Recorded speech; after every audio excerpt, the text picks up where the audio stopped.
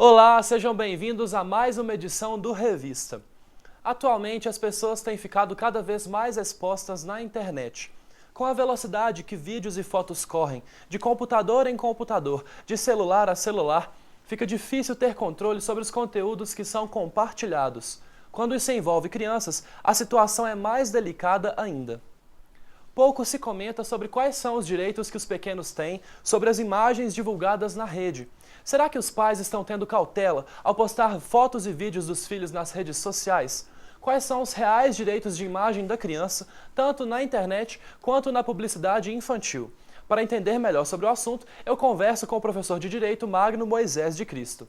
Professor, muito obrigado por participar aqui conosco. Obrigado, eu que agradeço vocês pela oportunidade em poder participar e colaborar de certa forma. Professor, existe alguma lei que protege as crianças? Quais são os direitos que ela tem? Por exemplo, alguém posta um vídeo sem o consentimento dela ou quando ela não tem consciência, ainda não pode tomar as próprias decisões. Futuramente, o que ela pode fazer em relação a isso? Na verdade, o que ocorre é o seguinte, é muito interessante a sua pergunta, porque pouca gente sabe, mas na mídia, no Brasil, nós temos uma grande gama de leis que protege o direito à imagem da criança.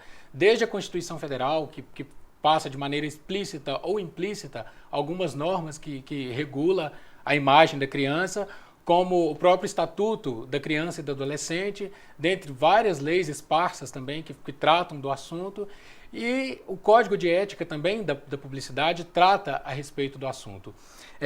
Então, se a gente for pegar de uma maneira bem geral, a Constituição Federal, no artigo 149, ela já trata o fato da exposição da criança em eventos de mídia televisiva, mais voltado para telenovelas e apresentação de programas.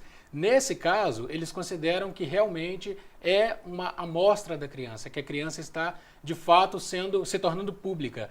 E para isso eles exigem que tenha uma autorização, a própria Constituição pede que exija, que se tenha uma autorização de um juiz competente para a participação da criança naquele programa. Então, quais são as opções que os pais têm? Como que eles podem fazer para poder proteger essa criança, para ficar consciente em relação a isso? Na verdade, a criança, quando ela está exposta, tem-se que buscar por qual meio a criança está exposta.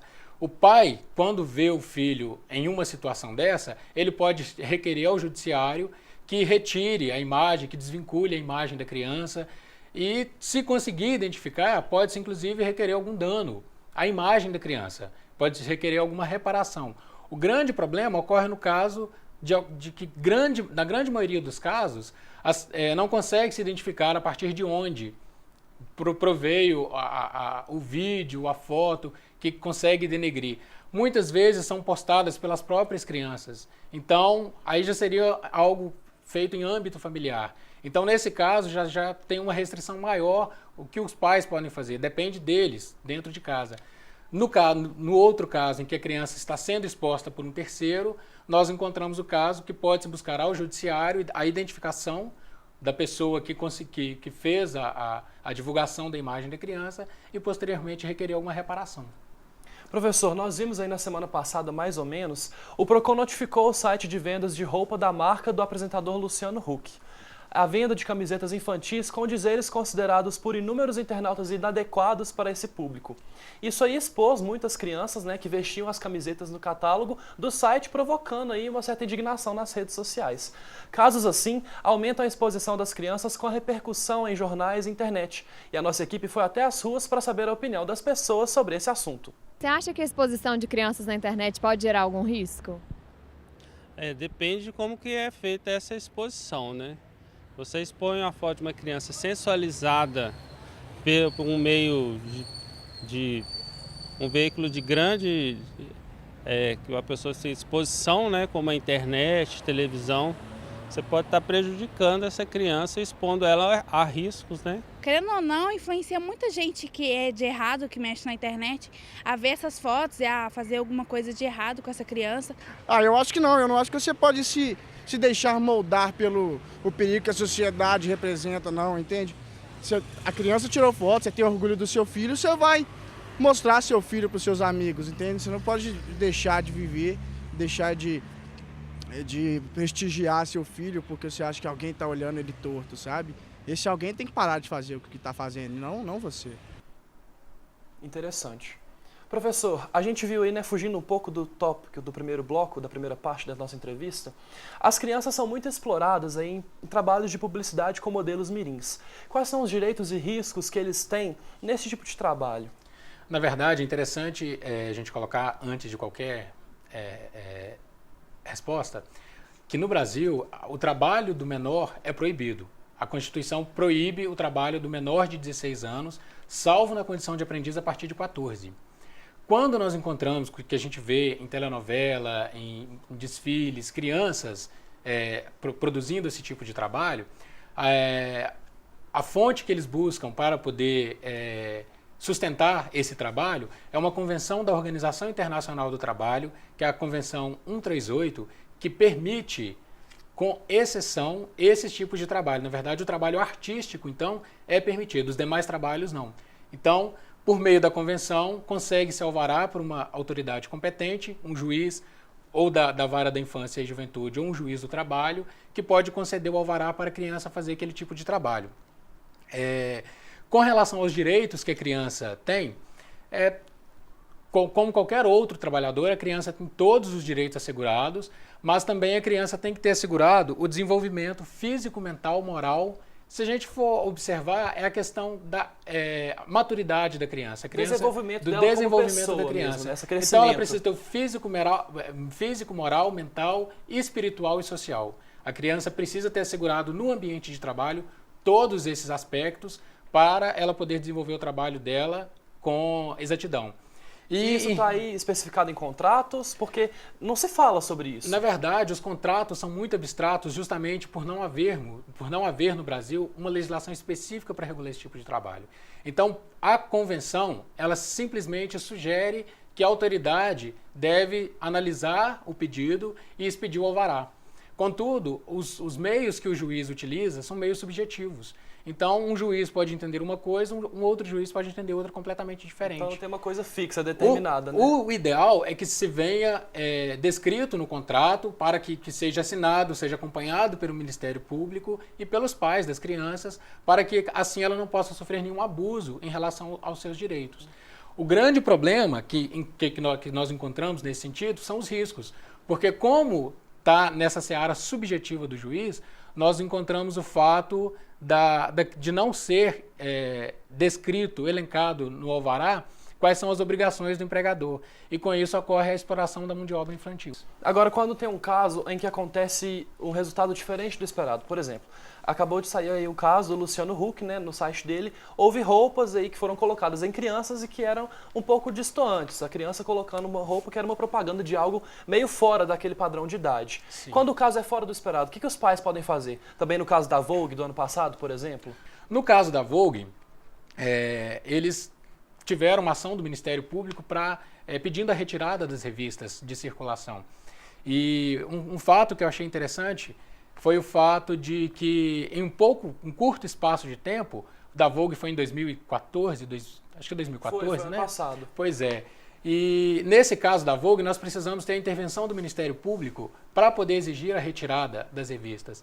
Já no caso do Luciano Huck, do caso da grife, foi a própria população que constatou os dizeres da camisa e achou que aquilo poderia ser vulgar para uma criança e tal. Então, em um curto espaço de tempo, a sociedade parece que acordou para essa exploração que já vem há muito tempo com o público infantil. Então, uma característica que eu achei bastante interessante foi a participação do povo em solicitar e acordar. Poxa, não é assim que pode se fazer. Calma lá, vamos observar direitinho e tal. E foi um aspecto bastante interessante comparando os dois fatos. Então, digamos que a palavra-chave seja o equilíbrio, né? E ficar atento aí para essas coisas. Com certeza. Professor, muito obrigado pela sua participação aqui com a gente no Revista. Eu que agradeço mais uma vez pela oportunidade. Há mais de 15 anos, o casal Sebastião Salgado e Lélia Vanik criou o Instituto Terra, que se dedica ao desenvolvimento sustentável da região do Vale do Rio Doce, em Minas Gerais. Conhecido como um dos maiores fotógrafos do mundo, Sebastião Salgado esteve em Belo Horizonte ao lado da esposa, para poder falar sobre a crise hídrica. A equipe do Revista não perdeu essa oportunidade e foi conversar com os dois para saber os detalhes do documentário O Sal da Terra, que concorreu ao Oscar deste ano na categoria de melhor documentário.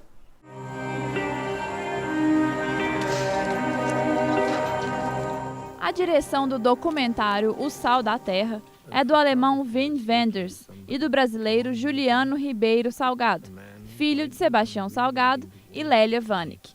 O longa retrata um pouco da vida do fotojornalista. O filme é um pouco a história da minha vida de fotógrafo durante 40 anos. Aliás, não é um filme nem de fotografia. É um filme sobre uma filosofia de vida de alguém que teve a oportunidade de presenciar uma grande parte dos eventos principais desse momento histórico que eu tive a oportunidade de viver. Eu diria até que esse filme é um pouco um ponto de vista em relação ao mundo, às coisas que aconteceram no mundo. E é o ponto de vista dele, que viu, que fotografou, que viveu. Então eu acho que é assim, muito mais do que a história de um homem ou a história de um fotógrafo. O mais recente livro publicado por Sebastião Salgado, Gênesis, rendeu exposições em todo o mundo. O trabalho foi realizado durante as viagens por 30 lugares diferentes que nunca foram transformados pelo homem. Uma viagem que eu fiz a pé no norte da Etiópia durante 2 meses, fiz 850 quilômetros de caminhada.